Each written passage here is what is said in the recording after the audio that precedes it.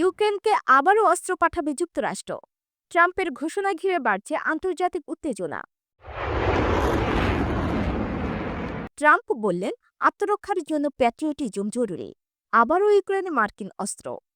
Russia Ukraine যুদ্ধ যখন নতুন মোড় নিচ্ছে, ঠিক তখনই যুক্তরাষ্ট্রের প্রেসিডেন্ট ডোনাল্ড ট্রাম্পের তরফে এলো বড় ঘোষণা। ইউক্রেনে আরও অস্ত্র পাঠানো হচ্ছে। হোয়াইট হাউস বলছে, এই সিদ্ধান্ত নেওয়া হয়েছে আমেরিকার স্বার্থকে অগ্রাধিকার দিয়ে।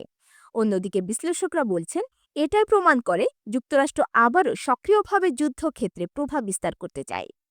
মঙ্গলবার ৮ জুলাই ইসরায়েলের প্রধানমন্ত্রী বেনিয়ামিন নেতানিয়াহুর সঙ্গে এক নৈশভোজের ঠিক আগে প্রেসিডেন্ট ট্রাম্প বলেন, আমরা আরও কিছু অস্ত্র পাঠাতে যাচ্ছি ইউক্রেনে।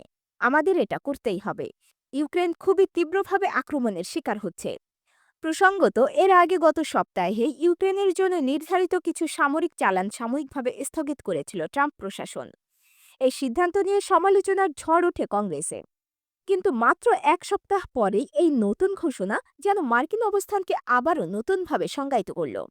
হোয়াইট হাউজের উপপ্রেস সচিব আনা কেলি বলেছেন, এই সিদ্ধান্ত আমেরিকার স্বার্থকে অগ্রাধিকার দিয়ে নেওয়া হয়েছে। আমাদের মিত্রদের নিরাপত্তা নিশ্চিত করাও আমাদের দায়িত্ব।